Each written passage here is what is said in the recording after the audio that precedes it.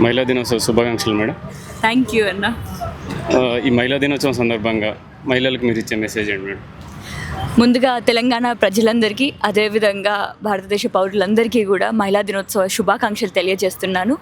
మరి నేను ఒక ఎమ్మెల్యే అభ్యర్థిగా పెద్దపల్లి నియోజకవర్గం నుంచి పోటీ చేసిన, అయినా కూడా నేడు నేను పెళ్ళి చేసుకుందాము అని అన్నప్పుడు పెళ్ళికి కూడా మరి సాధ్యమవుతుందా అనేసి ఎన్నో విషయాలుగా, అంటే పెళ్లి చేసుకున్న తర్వాత ఎమ్మెల్యేగా మీరు కొనసాగుతారా అని చెప్పేసి ఎన్నో ప్రశ్నలు ఉంటాయి.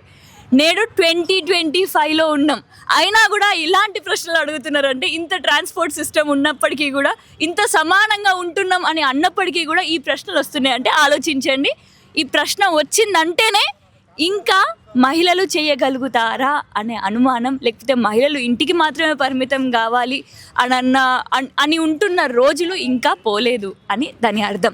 మరి ఒకనాడు మనం సావిత్రిబా ఫులే గారిని చూసాము, అదేవిధంగా తెలంగాణ కోసం పోరాటం చేసి రైతాంగ పోరాటం చేసినటువంటి చాకలి ఐలమ్మని చూసాము, బెల్లి లలిత అక్క తన జీవితాన్ని మన కోసం త్యాగం చేసినటువంటి పెద్ద పెద్ద యోధురాలను చూసాం. మరి వారందరి దగ్గర నుంచి స్ఫూర్తిని తీసుకుందాం. అదేవిధంగా నా సాటి మహిళా సోదరులందరికీ కూడా నేను తెలియజేసేది ఏంటంటే, మనం చెయ్యాలి అని అనుకునేది మనం చేద్దాము, అది సాధ్యం అవుతుంది.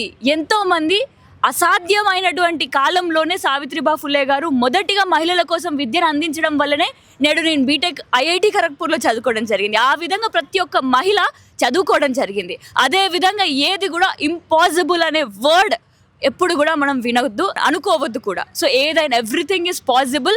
మనం తలుచుకుంటే దానికోసం ఎన్నో మార్గాలను ఎత్తుక్కొని కన్విన్స్ చేసుకుంటూ అందరినీ, ఫ్యామిలీని ముందుకు తీసుకొని వెళ్తారని చెప్పేసి నేను కోరుకుంటున్నాను.